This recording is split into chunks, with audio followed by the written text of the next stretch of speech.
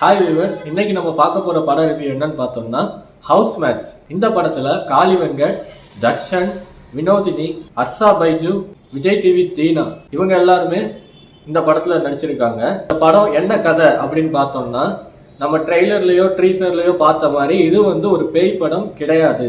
ஒரு டிஃபரெண்டான கான்செப்ட்ல அப்பா அம்மா மகன் இவங்களுக்குரிய பாசத்தை இப்படியும் ஒரு வித்தியாசமான முறையில காட்ட முடியுமா அப்படிங்கிறத இந்த படத்துல பண்ணியிருக்காங்க.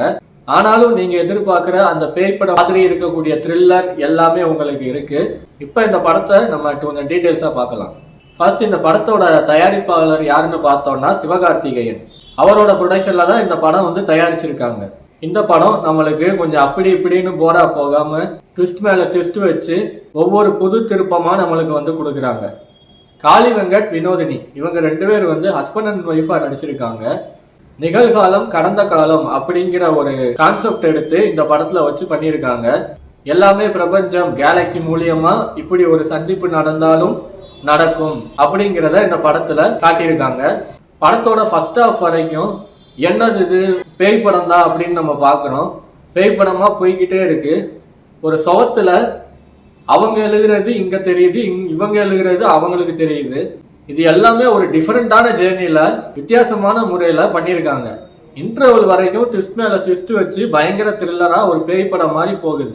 இன்டர்வலுக்கு அப்புறம் என்ன ஆச்சுன்னு பார்த்தோம்னா, ஐயோ இது பேய் படம் கிடையாது, இது ஏதோ கொஞ்சம் மாறி மாறி நடக்குது, இது டைம் டிராவலா இல்ல என்ன ஏதுன்னு பார்க்கும்போது தான் இது பிரபஞ்சம் அப்படிங்கிற ஒரு விஷயத்த சொல்லியிருக்காங்க.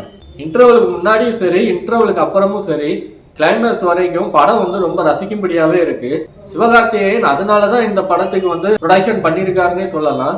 ஒரு டிஃபரெண்டான கதை. இந்த படத்துல தீனா தர்ஷனோட ஃப்ரெண்டா பண்ணியிருக்காரு. ரொம்ப அருமையா அந்த வீடை விற்கணும் அப்படிங்கிற கான்செப்ட்லாம் வருது.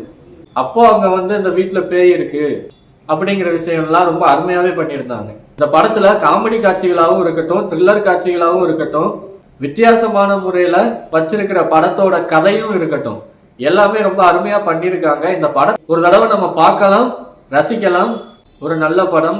இந்த படத்துக்கு நம்ம கொடுக்க போற ரேட்டிங்ஸ் என்னன்னு பார்த்தோம்னா 10/8 கொடுக்கலாங்க. அந்த அளவுக்கு படம் ரொம்ப நல்லாவே இருக்கு. இதோட நான் அடுத்த ரிவ்யூல உங்களை சந்திக்கிறேன். நன்றி, வணக்கம்.